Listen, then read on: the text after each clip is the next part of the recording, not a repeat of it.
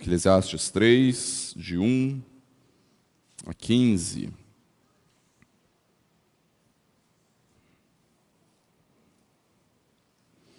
Palavra do Senhor, queridos, lá em Eclesiastes capítulo 3, primeiro versículo ao versículo de número 15, nos diz assim: tudo tem o seu tempo determinado, e há tempo para todo propósito debaixo do céu.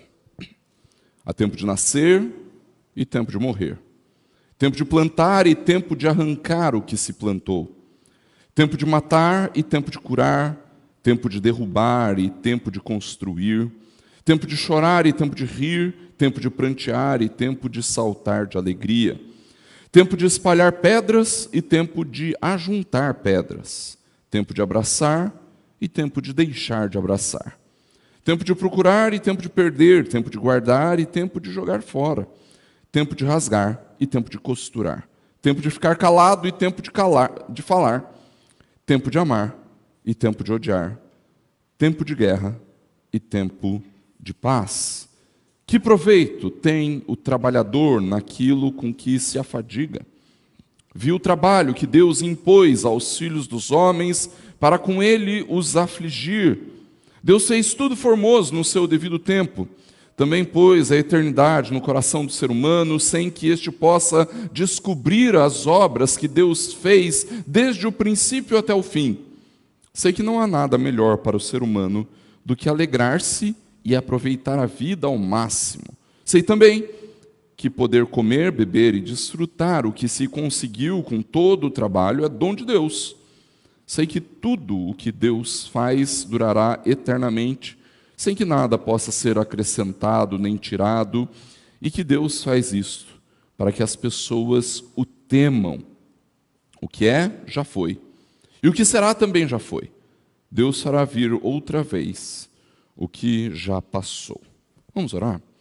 Deus, em nome de Jesus, nós te louvamos pela tua palavra e pedimos para que neste momento o Senhor ministre aos nossos corações e que nós sejamos edificados na meditação da tua palavra.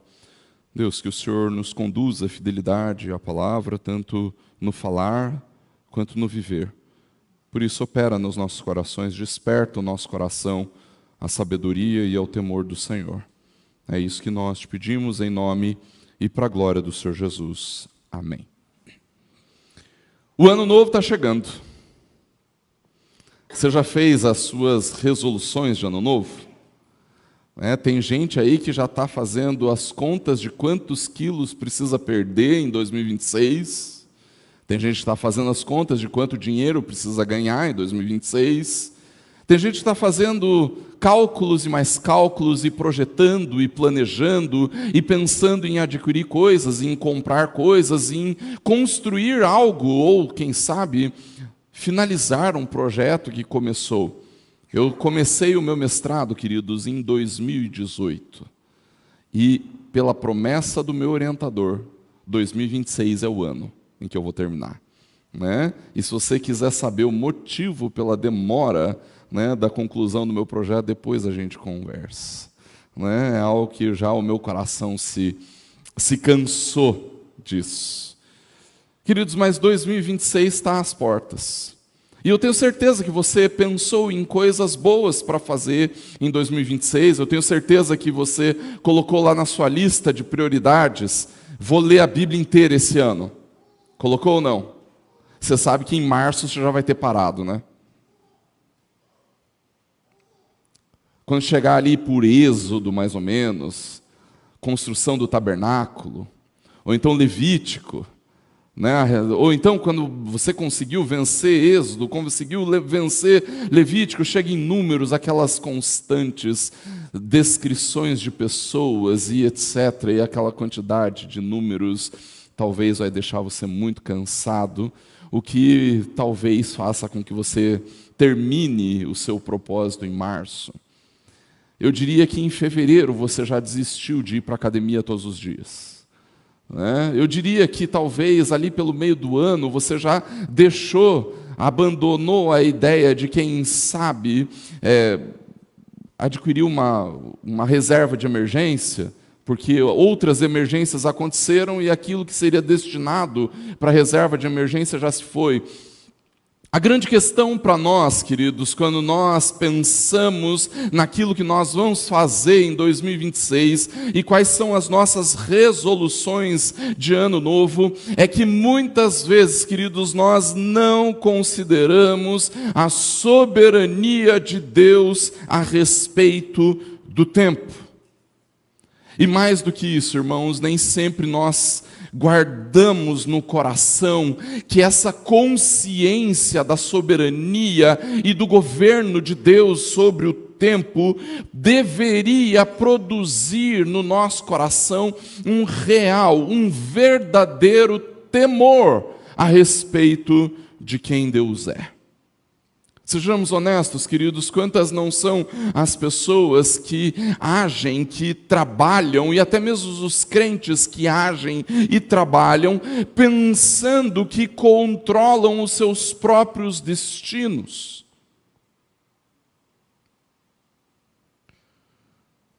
Quando nós olhamos para o texto de Eclesiastes, queridos, talvez uma das partes mais conhecidas deste livro, nós nem sempre consideramos que quando o autor do Eclesiastes escreveu esta passagem, ele estava querendo dizer ao povo de Israel, aos israelitas, que também estavam, assim como nós, ocupados, comprando e vendendo e negociando e fazendo fortunas e perdendo fortunas, pensando que só eles eram responsáveis pela sua própria história, pelo seu próprio destino, pelas suas coisas. A verdade é que estes israelitas, para quem o pregador, como se intitula o autor do Eclesiastes, escreve, essas pessoas não temiam diante de Deus. E então o pregador escreve esse texto para se opor a esse problema de forma suficientemente inocente, lembrando Israel e lembrando a mim e a você que há tempo para tudo. Não é assim que ele começa no versículo 1? Tudo tem o seu tempo determinado e há tempo para todo o propósito debaixo do céu. O autor está dizendo para nós, queridos, que tudo vai acontecer de acordo com o determinado tempo para as coisas acontecerem. Então ele começa a descrever, ali ele coloca quase como uma totalidade da nossa vida, nessas 28 vezes em 14 versículos que ele usa a palavra tempo, e é importante você entender por que esses números. 14 frases, perdão. 28, 7 vezes 4. Certo? Se eu não estou errado, a última vez que eu olhei a matemática era isso, né? 14, 7 vezes 2. Segunda a última vez que eu olhei a tabuada era isso mesmo, né? E por que 7 vezes 4 e 7 vezes 2, queridos? Porque 7 é, de acordo com o simbolismo da Bíblia, o número da completude. A gente normalmente fala sobre o número da perfeição, mas perfeição no sentido de completude, de algo completo. O que o pregador está dizendo para nós nesses versículos da poesia, do versículo 2 ao versículo 9, do versículo 2 ao versículo 8, que este texto, que este poema reflete a totalidade da nossa vida, onde tudo o que nós fazemos há um tempo em que deve ser feito, mas muito mais do que isso, queridos, perceba que quando nós olhamos para tudo o que ele descreve de forma muito bonita nesse poema, tempo de nascer, tempo de morrer, tempo de plantar, tempo de arrancar o que se plantou e por aí vai, passa por uma ação que o homem realiza, mas sobre a qual o homem não tem controle. São os homens que nascem, são os homens que morrem, não é verdade? Mas com certeza nenhum homem determina o seu nascimento, nem a sua morte.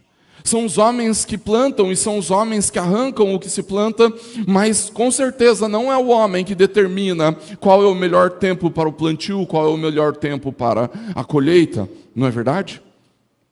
O que o autor está querendo nos dizer, queridos, é que essa palavra tempo, que aparece 28 vezes só nesse poema, do versículo 2 ao versículo 9, parece como que um relógio que, independentemente do desejo das pessoas, continua funcionando.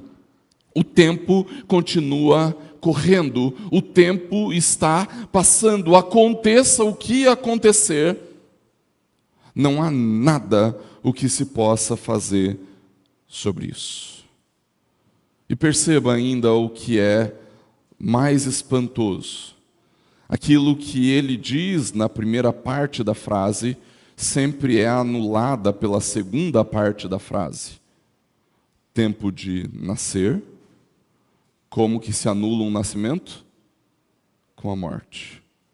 Tempo de plantar, tempo de arrancar o que se plantou, tempo de matar, tempo de curar, tempo de derrubar, tempo de construir. Perceba que tudo o que ele vai relatando tem uma ação que é anulada por outra ação, o que traz para nós essa grande conclusão a qual ele chega no versículo 9, onde tudo o que nós fazemos pode ser anulado pelo tempo, e por isso ele pergunta: qual é o proveito disso?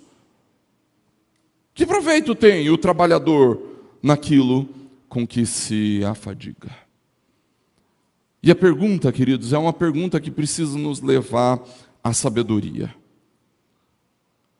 E a sabedoria de olharmos para aquilo que ele está dizendo e chegarmos à conclusão a qual ele quer que a gente chegue. Sabe qual é o proveito que temos naquilo que nós trabalhamos e com o qual nos afadigamos? Absolutamente nenhum. Porque uma coisa é anulada pela outra e nós não temos controle sobre nenhuma delas. Até aqui, queridos, o pregador não disse para nós, nesses 9 primeiros versículos, nada a respeito sobre o modo e o motivo pelo qual o tempo existe e anda. Ele simplesmente ilustrou que existe tempo para tudo e que esses tempos se anulam entre si. No entanto, agora, a partir do versículo 11, queridos, a partir do versículo 10, o pregador começa a mostrar para nós que existe alguém que estabelece os tempos. Deus é quem determina os tempos para as coisas acontecerem. Nós estamos às portas de 2026. E se nós chegarmos lá, porque ainda faltam alguns dias, é porque assim Deus o quis. Porque assim Deus, o Deus que controla os tempos, o quis. Na primeira parte do versículo 11, o pregador chega a dizer para nós: Deus fez tudo formoso no seu devido tempo. Ou seja, tudo aquilo que nós entendemos que acontece na nossa vida e como o tempo passa na nossa vida e as coisas que nós construímos e desconstruímos na nossa vida, tudo isso é determinado pela vontade soberana daquele que controla e que comanda e que estabelece os tempos. Queridos, normalmente a gente ouve, quando uma pessoa está enlutada, a gente ouve alguém falar para ela assim: olha, não se preocupe, o tempo vai passar e o tempo vai curar as feridas. Irmãos, o tempo não tem poder para fazer nada disso. Quem tem é o Deus que estabelece os tempos. Deus soberanamente estabelece tudo o que acontece, queridos, e nós acabamos de passar pelo Natal, o momento em que o apóstolo Paulo chama, lá em Gálatas 4, capítulo 4, versículo 4, de a plenitude do tempo. No tempo de Deus, Deus enviou Jesus, o seu Filho, para nos salvar. Mas nós também precisamos olhar para a realidade de que no tempo de Deus, Jesus virá novamente para estabelecer de maneira plena o seu reino. Mas não apenas isso, queridos, Jesus também disse aos seus discípulos assim, não vos compete conhecer tempos ou eras, assim como o pregador está dizendo ao povo de Deus no Antigo Testamento que o ser humano não pode descobrir as obras que Deus fez desde o princípio até o fim. Queridos, nós não sabemos o que Deus fez no passado distante e não sabemos o que Deus pode fazer daqui a alguns minutos. Quanto mais um futuro tão distante. É por isso, queridos, que o pregador diz que Deus colocou a eternidade no coração do homem. Porque diferentemente dos animais que vivem somente o presente, queridos, nós podemos estudar o passado, nós podemos contemplar e projetar o futuro. Deus nos deu esse tipo de autoconsciência que permite para nós transcender o presente e refletir sobre o passado e sobre o futuro. Mas, queridos, isso não quer dizer que nós conseguimos compreender o todo do passado e o todo do futuro com precisão, com inteireza. Nós conseguimos olhar o quadro inteiro, nós não conseguimos fazer isso. É por causa disso, queridos, que o pregador chega a duas conclusões. Primeiro, ele diz nos versículos 12 e 13: sei que não há nada melhor para o ser humano do que alegrar-se e aproveitar a vida ao máximo. E ainda que o versículo 13 comece também com a palavra sei, no original hebraico, essa palavrinha não está ali, e é uma continuação do versículo 12. Ele sabe uma coisa só nos versículos 12 e 13. Sei também que poder comer, beber e desfrutar o que se conseguiu com todo trabalho é dom de Deus. Diante da realidade do tempo que vai, nós, seres humanos, queridos, nós não conseguimos entender os tempos que Deus estabeleceu. Muitas vezes nós não conseguimos entender os tempos que Deus estabeleceu, muito menos nós conseguimos controlá-los. É por isso, queridos, que o autor do Eclesiastes nos chama a nos concentrarmos no presente. Desfrutar das dádivas, da comida, da bebida e do trabalho, porque isso é dom de Deus. Deus nos deu estas coisas para desfrutarmos.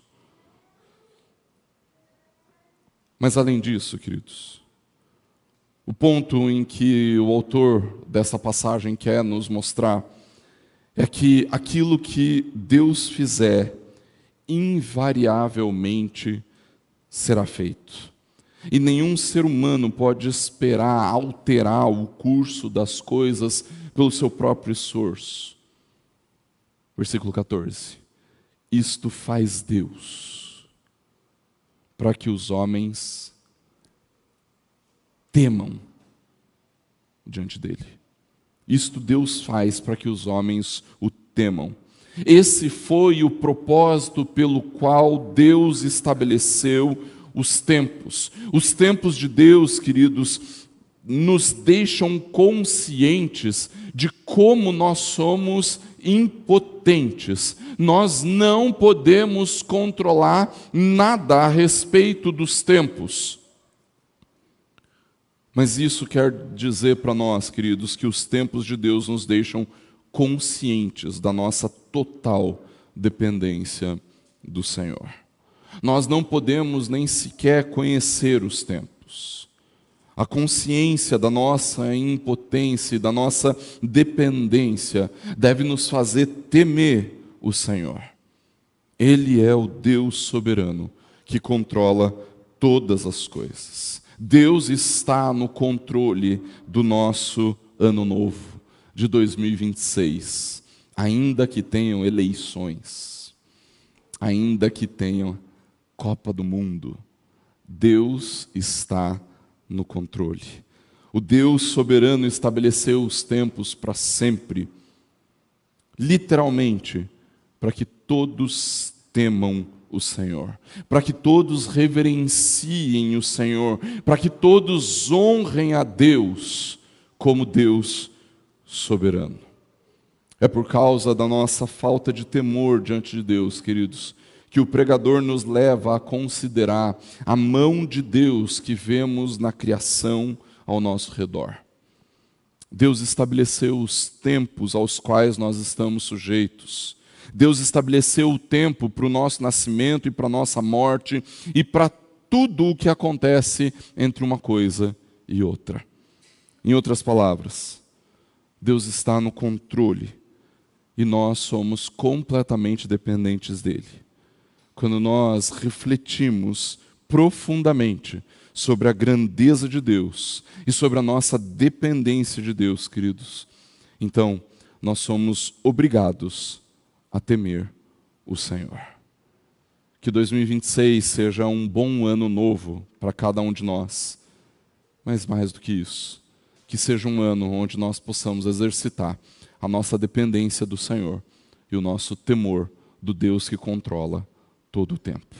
Vamos orar? Deus, em nome de Jesus, nós te louvamos pela tua palavra e pedimos, ó Deus, para que o Senhor nos abençoe ministrando as nossas vidas.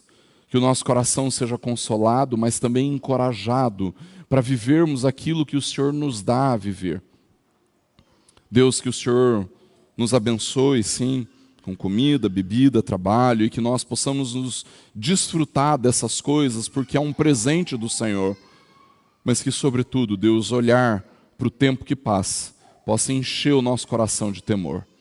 Nos abençoa, Deus, é o que nós te pedimos, em nome e para a glória do Senhor Jesus. Amém.